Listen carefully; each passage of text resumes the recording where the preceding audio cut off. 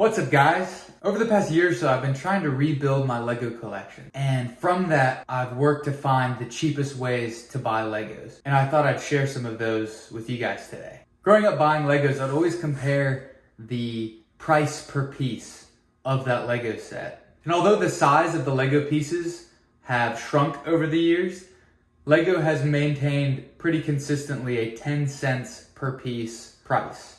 Obviously, there are some of you who like to look at the minifigures per price or the quality of the design or a whole lot of other things, but for simplicity's sake, I'm going to use this calculation to conduct an experiment. Obviously, this isn't perfect, but I decided to take a pound of pieces from my unsorted pile and count how many pieces were in that. And what I got to was roughly 600 pieces. And typically, if you're using that 10 cents per piece price range, a Lego set with that many pieces would be $60. And so that comes out to $60 per pound if you're looking to buy new Legos, which is insane.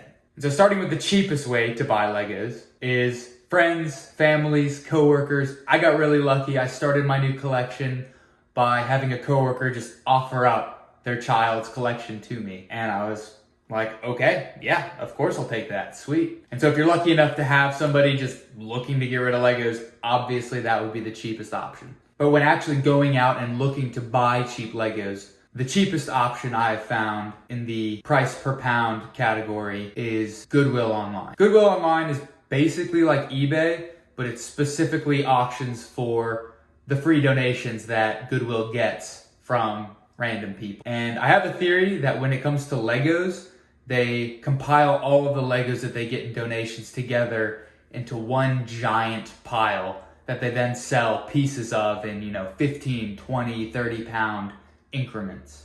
Obviously, because it's auction based, the price per pound can fluctuate depending on the bids, how many people are bidding, the shipping, the tax, similar to what you would find with eBay. But why I think it's better than eBay is less people know about it. And so maybe I shouldn't make this video, but less people know about it, less people are bidding on auctions. And so the final price ends up being a lot cheaper than what you'd find on eBay. Recently, I bought 15 pounds of Legos on Goodwill Online.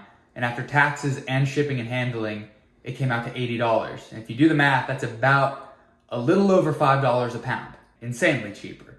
And even on eBay and more of the more mainstream places to find Lego, they will typically sell at around $8 to $10 a pound, which is still obviously better than buying new Lego. It's vastly cheaper. Another con for this is because it's typically parents donating their child's old Legos, they will very often have other toys, junk, Mega Bloks, all sorts of other stuff mixed in with the Legos. And as somebody who likes to sort my Legos out to make pieces easier to find in the future, going through them, you run into a lot of junk. But also you can find fun surprises. Me being a huge Lego Star Wars fan, finding these was great. Another negative with Goodwill Online is because I think they combine all of their donated Legos together, when you end up buying 15 or 20 pounds of Legos, it's very difficult to find actually full sets in those Legos. Which leads me to the next place I like to buy Legos, which is Facebook Marketplace. Now, Facebook Marketplace typically is similar to Goodwill Online in that it's parents selling their kids' Legos for their kids, to help them make more money to either buy newer Legos or buy new toys or buy whatever the kids are doing these days. But the plus side, as opposed to Goodwill Online, is it's full kids collection. So unless that individual child is missing pieces to sets, typically you will find full completed sets. Like recently, I bought a collection of Legos on Facebook Marketplace for about $120, and it had all the instructions, which you will sometimes get with Goodwill Online, but not all the time.